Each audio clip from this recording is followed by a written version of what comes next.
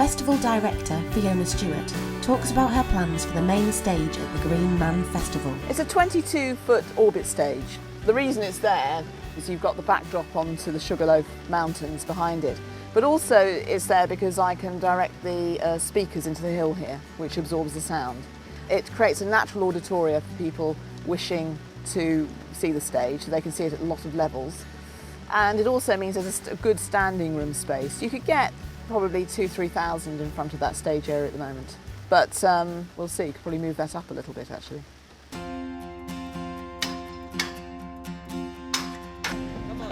22-foot stage is more than enough for people to have a good viewing area and a good sight line of the stage.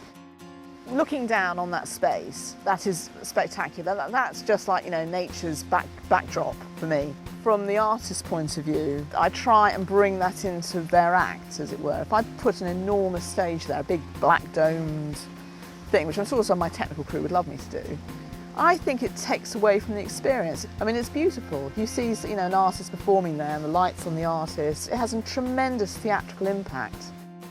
If I had an act which had a lot of AV involved in it, and if you had the Scissor Sisters play here, enormous stage set up, then possibly I'd move the stage to another area. I took Robert Plant out last year, and he was saying, it's a bit small, I can't do his accent. I wouldn't dare to do his accent.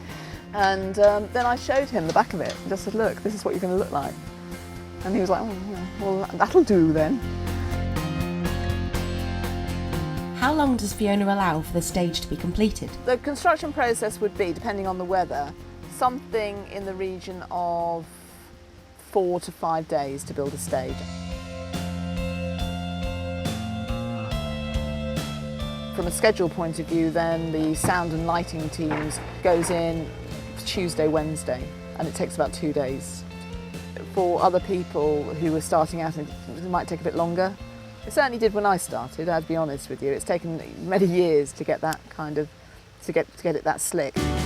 What problems will she face? The major thing I've got to think about, and the team's got to think about, is how we bring in tons and tons and tons of infrastructure onto land that's very soft without making too much of a dent in it. Machinery dealing with land, it's very much the basic bit of working open air events.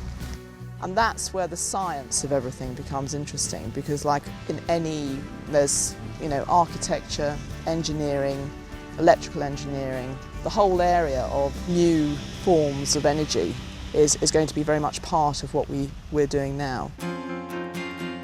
How did Fiona choose her stage? You make that decision based on the kind of technical equipment and cost.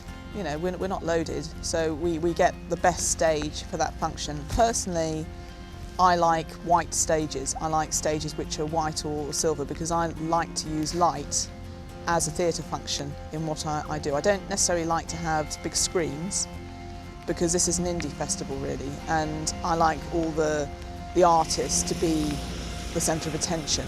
So I use lighting. I have a technical lighter who works in the National Theatre and to light the artist and light the stage. And if you have a lighter reflected skin on the stage, you get a better effect.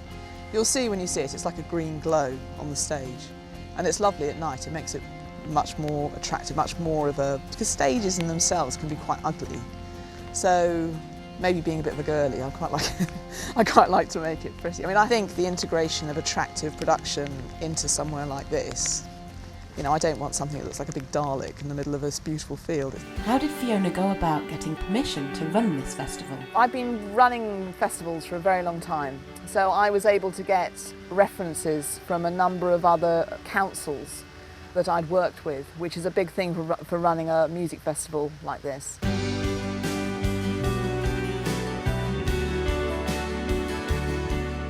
You do something like this because you love it.